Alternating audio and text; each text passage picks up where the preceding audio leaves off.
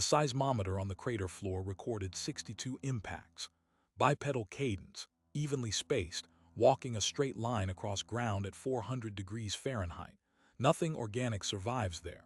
The station is helicopter access only and had not been serviced in 11 months. The pattern repeated for 6 nights. 3 true stories from 14 years servicing monitoring stations on active volcanoes. The third one appears in archives from 4 different decades. My name is Paul.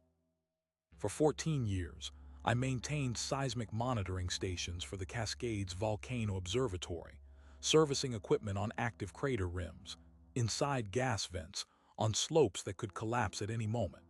Most of what those stations record is routine: magma movement, rockfall, thermal expansion. But every technician who stays in the field long enough eventually finds something that defies explanation.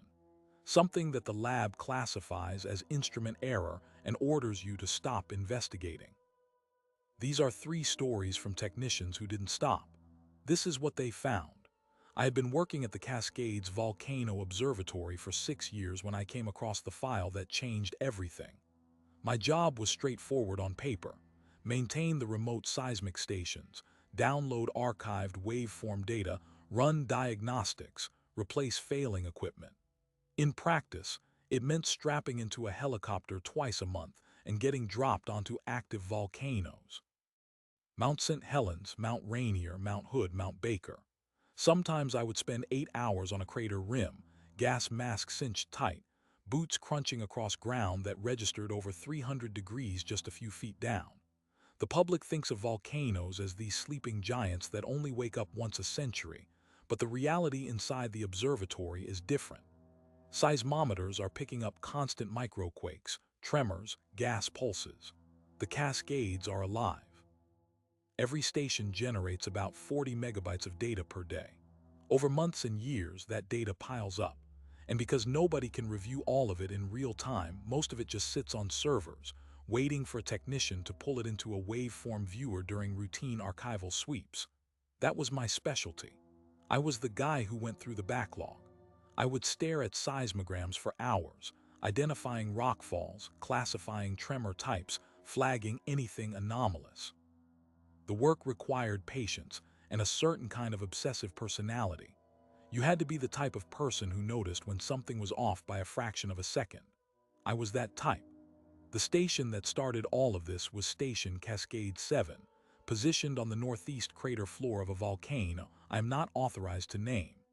The observatory's public affairs office has asked me to keep certain details classified under internal review protocols, so I will refer to it simply as Peak Charlie.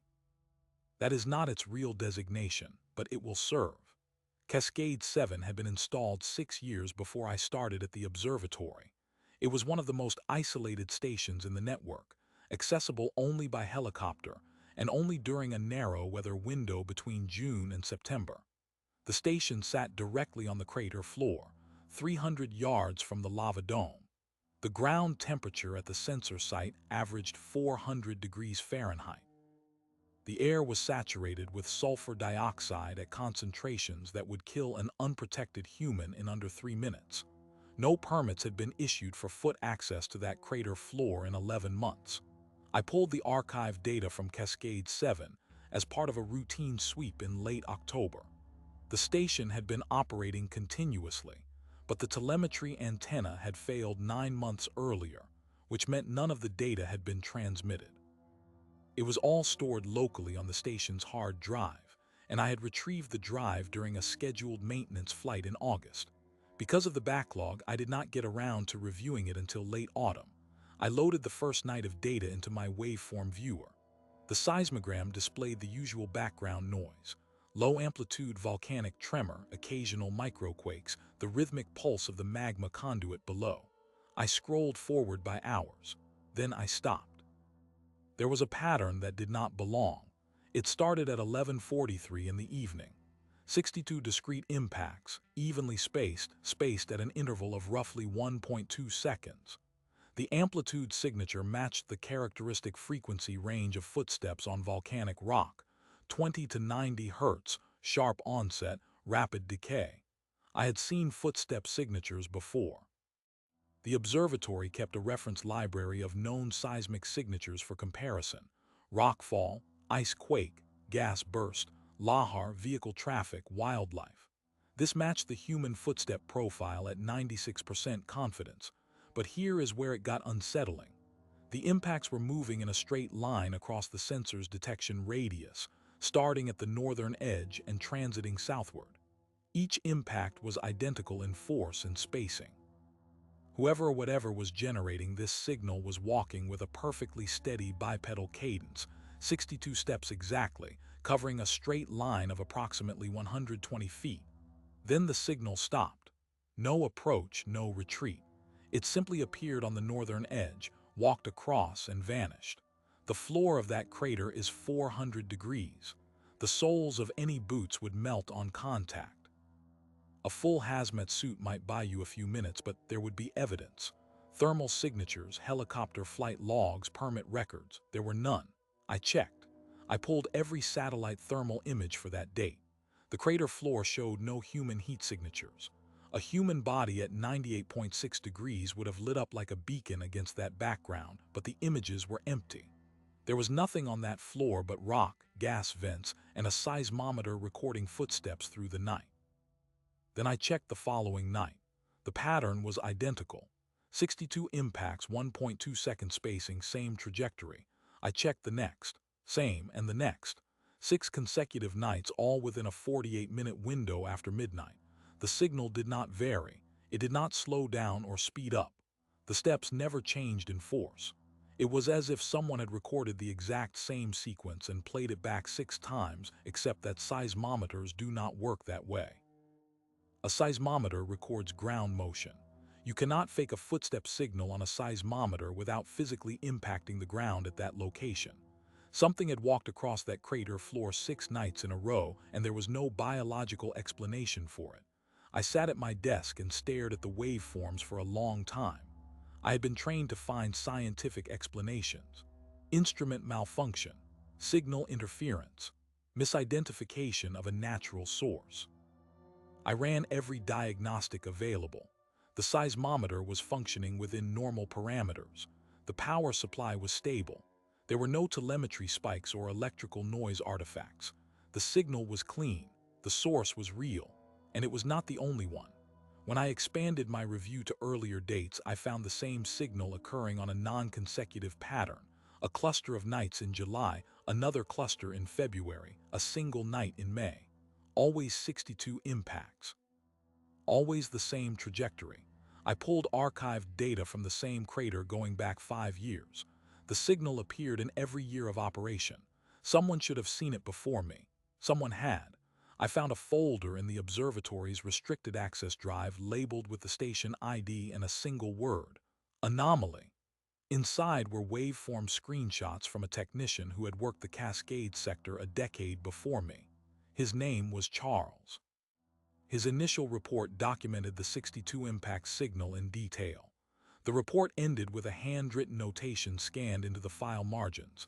Same as March, same count, do not log. The station had been installed for 11 months when Charles first found it. He had flagged it twice.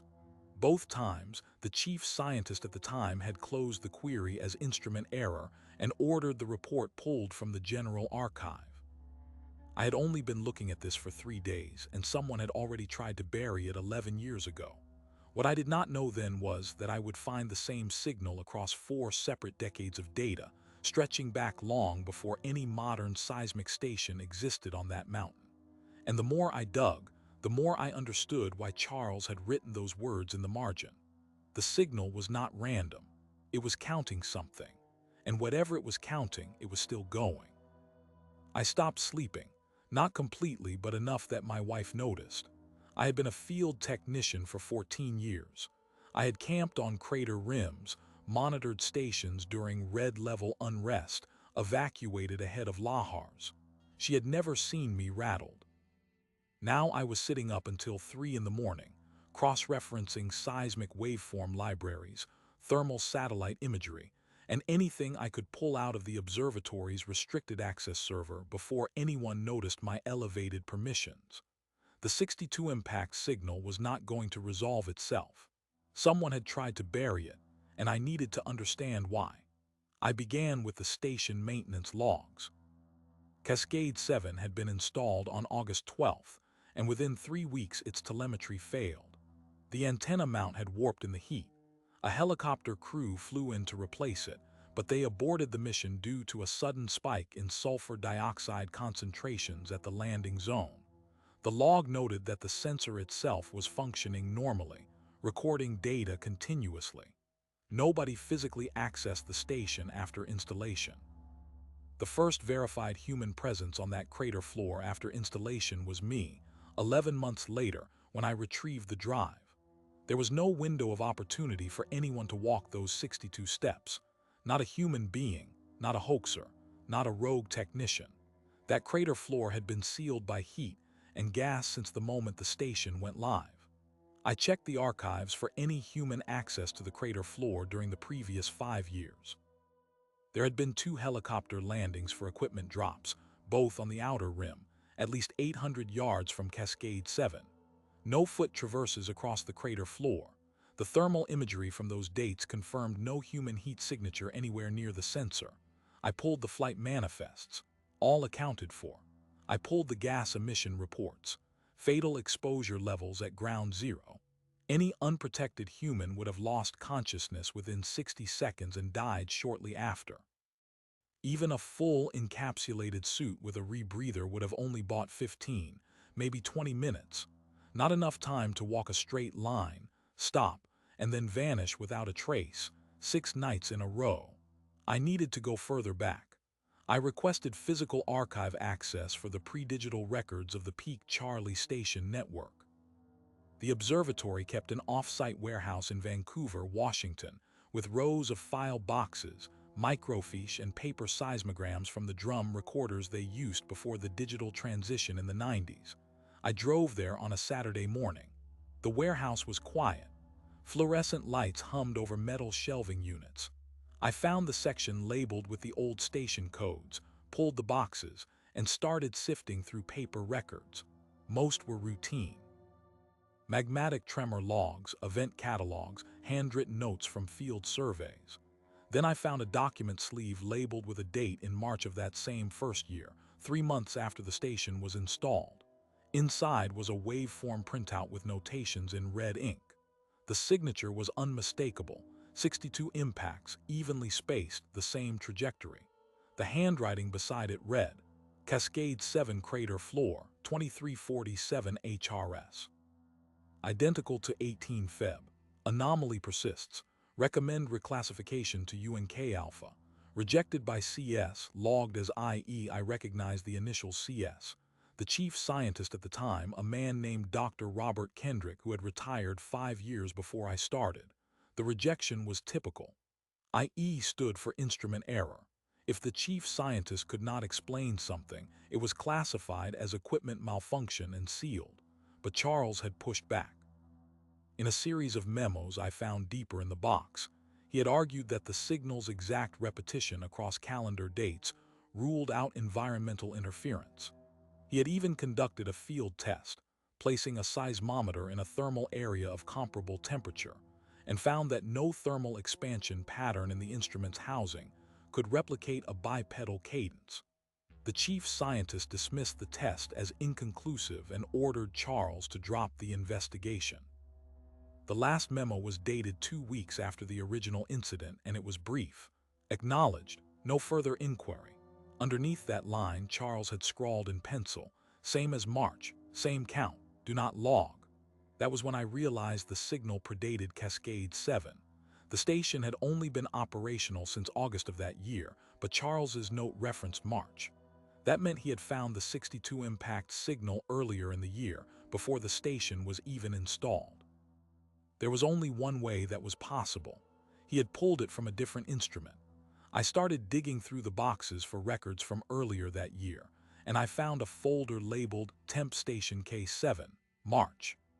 Temporary Station K7 had been a short-term deployment on the outer flank of Peak Charlie, positioned to monitor a swarm of shallow earthquakes that had started in January.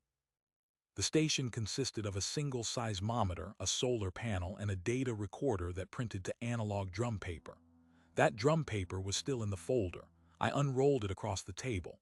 The paper was yellow, the ink faint, but the waveform was perfectly legible. There, at a time stamp corresponding to 23:47 hours, were 62 equidistant spike impacts, walking a straight line. The same signal, on a different station, across a different sensor platform. Before Cascade 7 existed, I sat there in the warehouse, staring at a seismogram that told me the signal had been appearing on this mountain for at least 11 months longer than I had originally documented. And if Charles had found it on temporary equipment that was deployed only because of the earthquake swarm, then the signal might have been there long before that. I started pulling boxes for the years before, looking for anything that might contain a similar printout. I found nothing until I reached a box from 1980. The date was May 23, 1980, 5 days after the catastrophic eruption of Mount St. Helens. The USGS had scrambled to deploy temporary monitoring equipment across the entire Cascade Range. One of those temporary stations had been placed on Peak Charlie's crater rim, operated by a field team that included a technician named Charles. The name on the ledger matched the handwriting from the marginal notes. Charles Evers, GS7 Physical Science Technician, Cascade Volcano Observatory.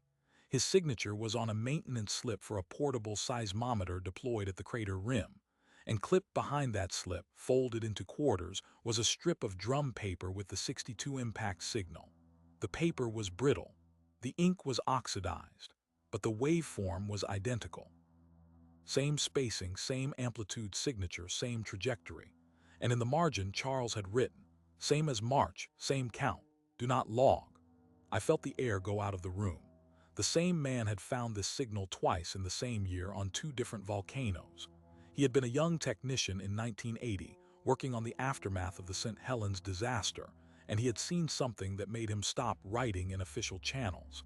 He had flagged it once, been overruled, and learned to stay quiet. Then decades later, as the senior technician on the Cascade 7 installation, he found it again. Same signal, same count. He still could not explain it, and he still recorded it in the margins of a memo, his handwriting shaking next to the final pencil line. I took photographs of everything. I copied the log sheets, the memo chains, the drum paper strips. I logged the 1980 record into my personal database and cross-checked the dates. The March signal Charles had referenced earlier that year would have been before the May eruption. The signal was appearing on the mountain months before the catastrophic blast that killed 57 people and reshaped the entire region. I checked the March drum paper again. The station had been deployed to monitor precursory seismicity. The signal appeared on a night when no other anomalous activity was logged. It was just there, quiet, unobserved, 62 steps in the darkness. I drove back to the observatory that evening with a question I could not answer. If the signal was present before the 1980 eruption, was it a warning? Had Charles believed it was a warning, and that was why he wrote "do not log" instead of screaming it from the rooftops? Or had he been silenced more deliberately? I intended to find out. But when I returned to my desk the next morning, my access to the restricted database had been revoked. I called it. They said it was a routine security update. I did not believe that. I had been inside the archive for 8 hours the previous day, pulling files that had no digital trace, but someone had noticed. Maybe the off-site warehouse had a login system I had missed. Maybe Charles's name had triggered a flag. Whatever it was, I now knew that the signal was not just an anomaly on one station. It was a thread that ran through 40 years of data, tied to the man who had tried to hide it, and to a mountain that had killed 57 people. And the signal had started appearing again. I had not yet reviewed the most recent data from the new station that replaced Cascade 7. When I did, I found 62 impacts from the previous week, on a clear night with no human access possible. The count was still going. And the next night there were 63. 63. I stared at the waveform for a full minute before I trusted my eyes. The spacing was identical. The amplitude signature had not changed. The only difference was the count. There had always been exactly 62 impacts every night across every recording going back to 1980. And now, for the first time in over 4 decades, the number had increased by one. I checked the timestamp.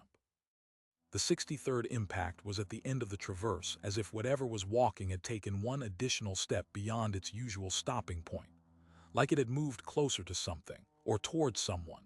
I felt a cold drop of adrenaline settle in my stomach. This was not a static anomaly. It was changing. And if it was changing, it was not a recording, not an echo, not an instrument glitch replaying the same data. It was active. I needed to know what Charles knew. Not what he had written in the margins, but what he had told someone, anyone, in confidence. I searched the observatory personnel directory for anyone who had overlapped with his tenure. Most had retired or transferred. I found one name that was still active, Dr. Elaine Whitfield, a senior geophysicist who had joined the Cascades Observatory in 1978. She had been on the team that deployed the temporary stations after the Mount St. Helens blast.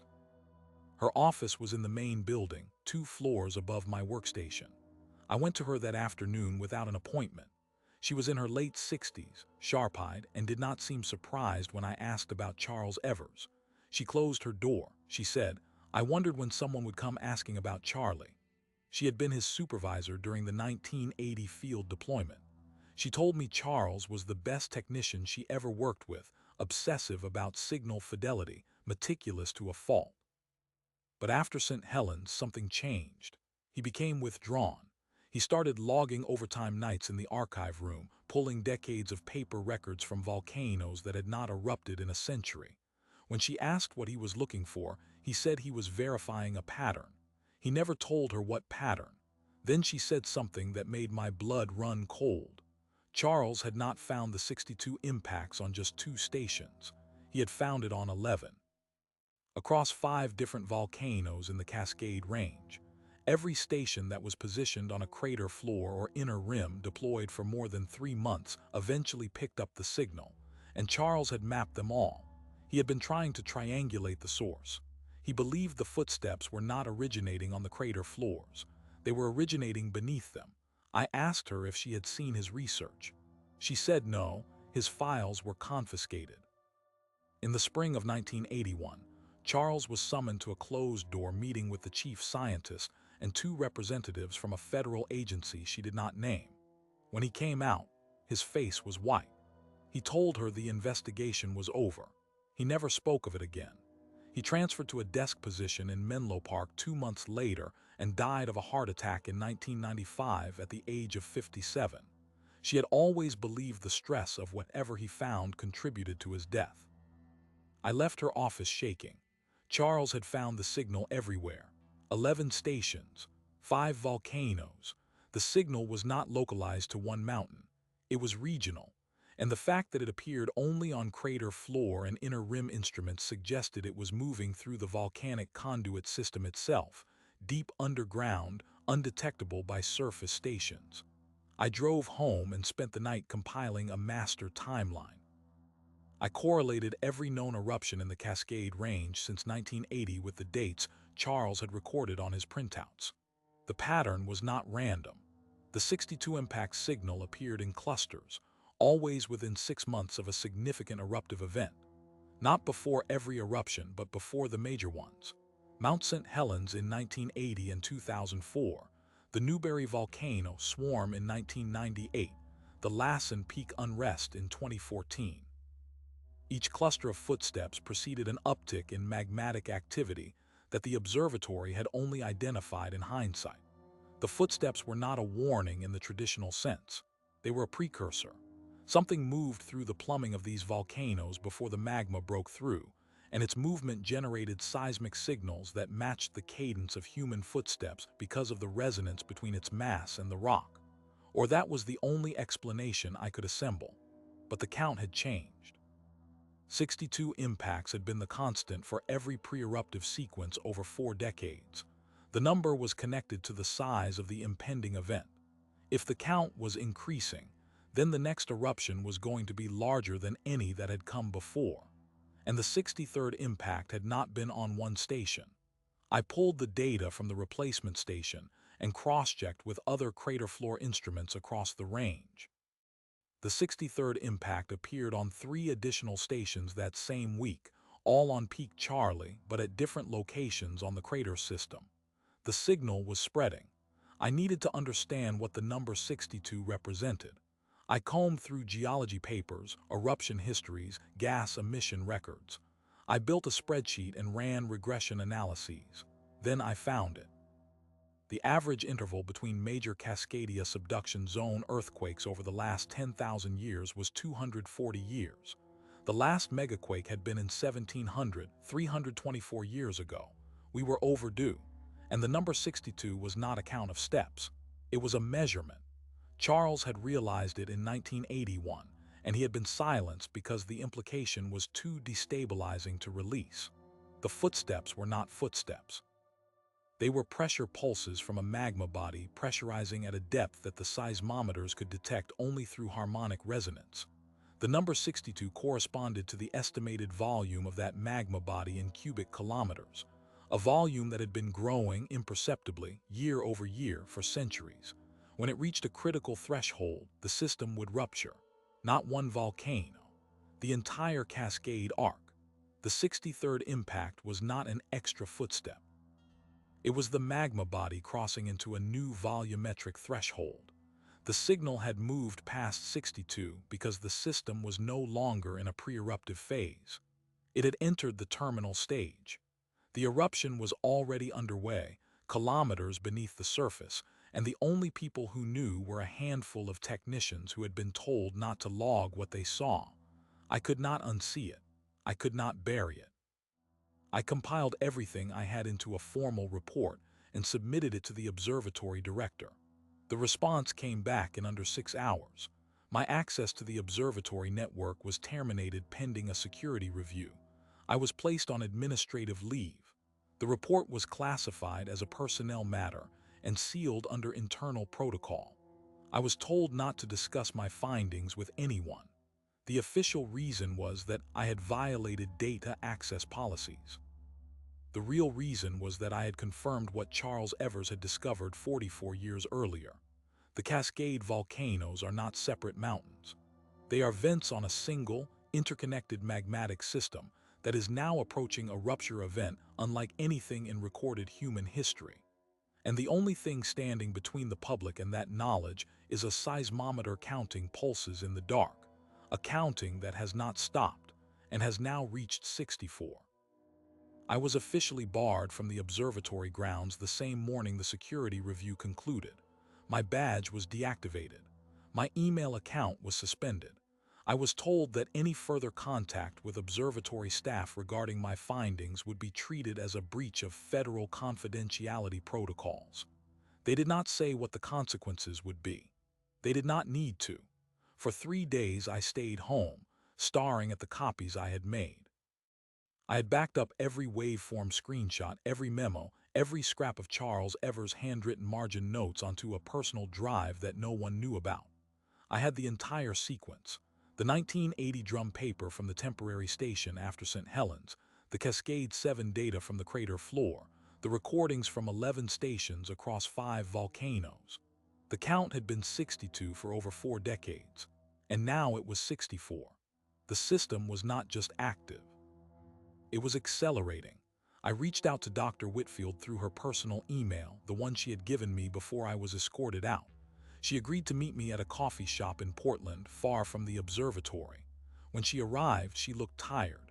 She had been questioned by the director about our conversation. They wanted to know everything I had asked her. She told them she barely remembered. That was a lie, and they knew it.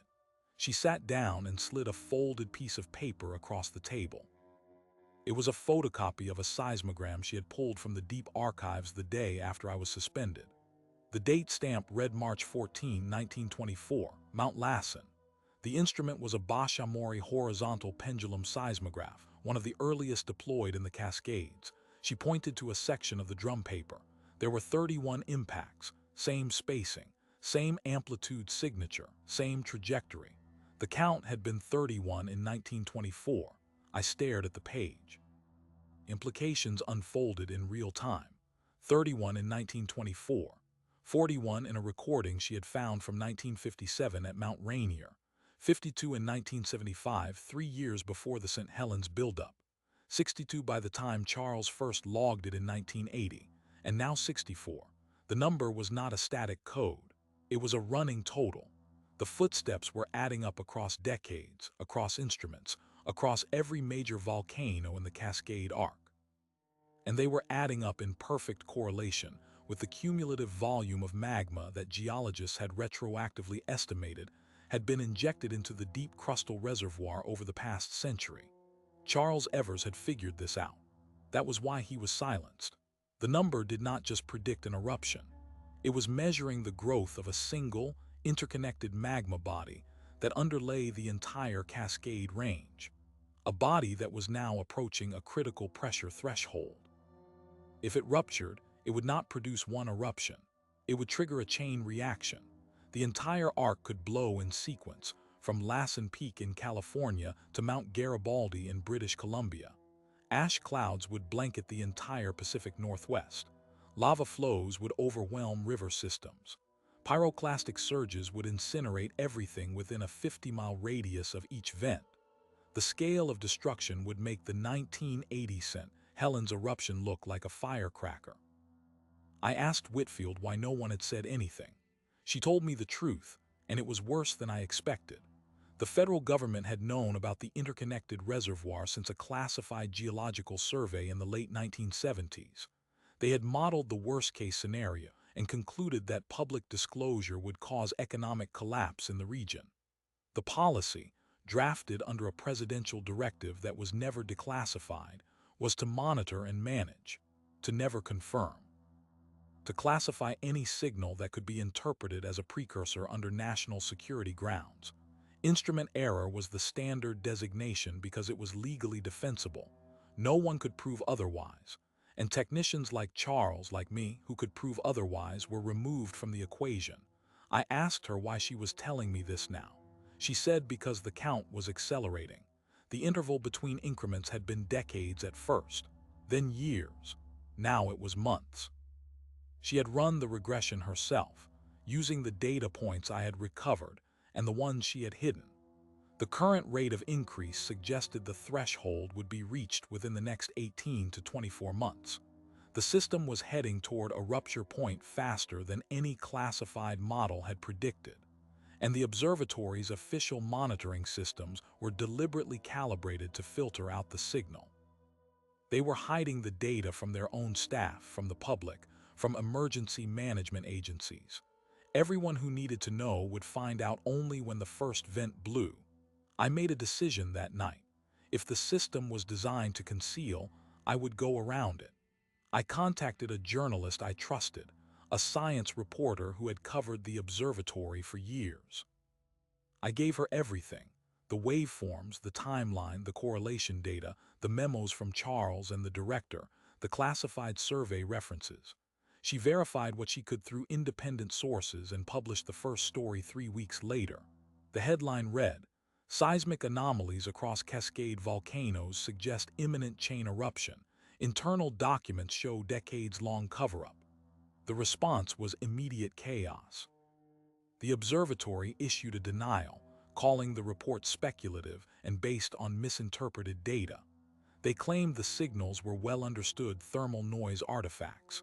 They said I was a disgruntled former employee with a grudge, but other seismologists began asking questions.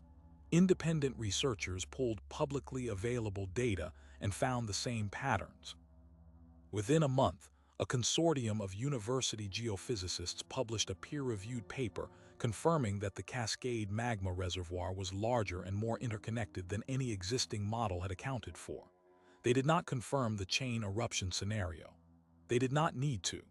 The fact that they confirmed the interconnected reservoir was enough. The count kept climbing. After the story broke, I received an anonymous data feed from someone inside the observatory.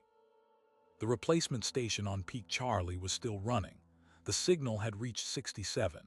I checked the feed every morning. The number changed only occasionally, But when it did, it corresponded with shallow earthquake swarms that the USGS publicly dismissed as tectonic in origin. They were not tectonic. They were magma moving upward through the plumbing. The pulses were getting closer together. 5 months after the story broke, a phreatic explosion ripped through the crater of Peak Charlie. Steam and ash shot 20,000 feet into the air. No lava, but the message was clear.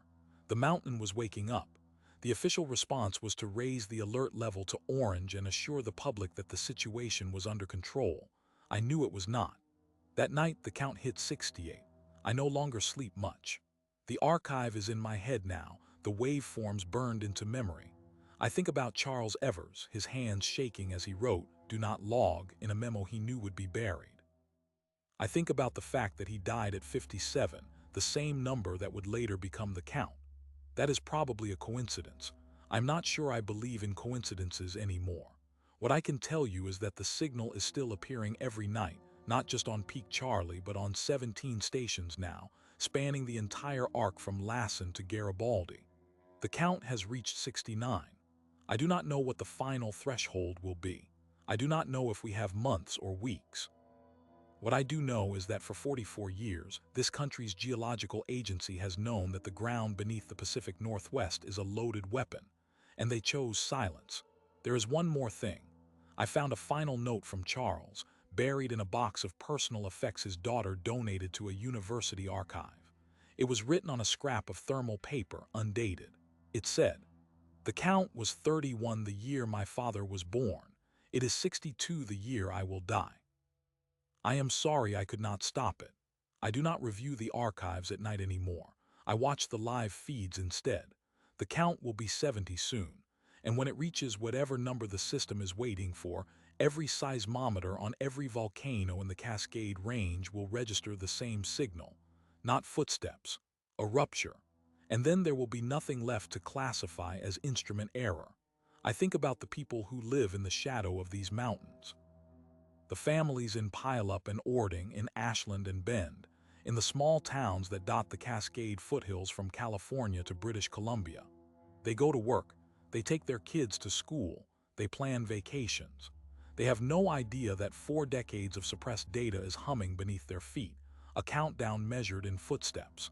They trust the agencies that are supposed to protect them, and those agencies have decided that the truth is too expensive. This is not just a story about volcanoes. It is a story about what happens when institutions choose silence over transparency, when the same people responsible for monitoring danger are also responsible for managing public reaction. The conflict of interest is baked in. Charles Evers understood that. He wrote "Do not log" not because he was afraid of the signal, but because he was afraid of what would happen to anyone who tried to sound the alarm. He was right. I have been asked many times what the number means. 62, 64, 69. I do not know the exact threshold. None of us do. The classified models that mapped this scenario were built on fragments of data, deliberately incomplete. What I do know is that the Cascade Range has not produced a full chain rupture in over 12,000 years. The geological record shows that when it happens, it reshapes the continent. Ash deposits from the last event have been found as far east as Nebraska. The climate cooled for a decade. That was before millions of people lived in the blast radius. The question I cannot answer is whether any of this is preventable. The magma is already there, pressurizing, expanding, rising. It has been accumulating for centuries. The signals we recorded in 1980, in 2004, in 2024, they were not warnings we could act on. They were readings of a process that was already inevitable, but we could have prepared. We could have hardened infrastructure, relocated critical services, built evacuation infrastructure. We did none of that because acknowledging the threat would have meant acknowledging the incompetence of the people charged with monitoring it. Now we are out of time. The count is climbing faster than any of the old models predicted. When it reaches 70, a threshold will be crossed that has not been crossed in human history. I do not know exactly what happens then. Neither does anyone else. The classified models only go up to 62. After that, the simulations break down. The variables become too large. The only thing every model agrees on is that the outcome will be catastrophic. There is a seismometer still running on Peak Charlie. It transmits its data to a server I can no longer access legally, but the anonymous feed still comes through. I check it every morning. The count is 69. The pulses are steady. The mountain is breathing. And somewhere in the deep crust, the magma is still rising, one step at a time. If you want to follow this story as it develops and understand the real science happening right now beneath the Pacific Northwest, subscribe to this channel. Hit the bell so you do not miss when the count reaches 70, because it will. And when that day comes, no one will be able to call it instrument error.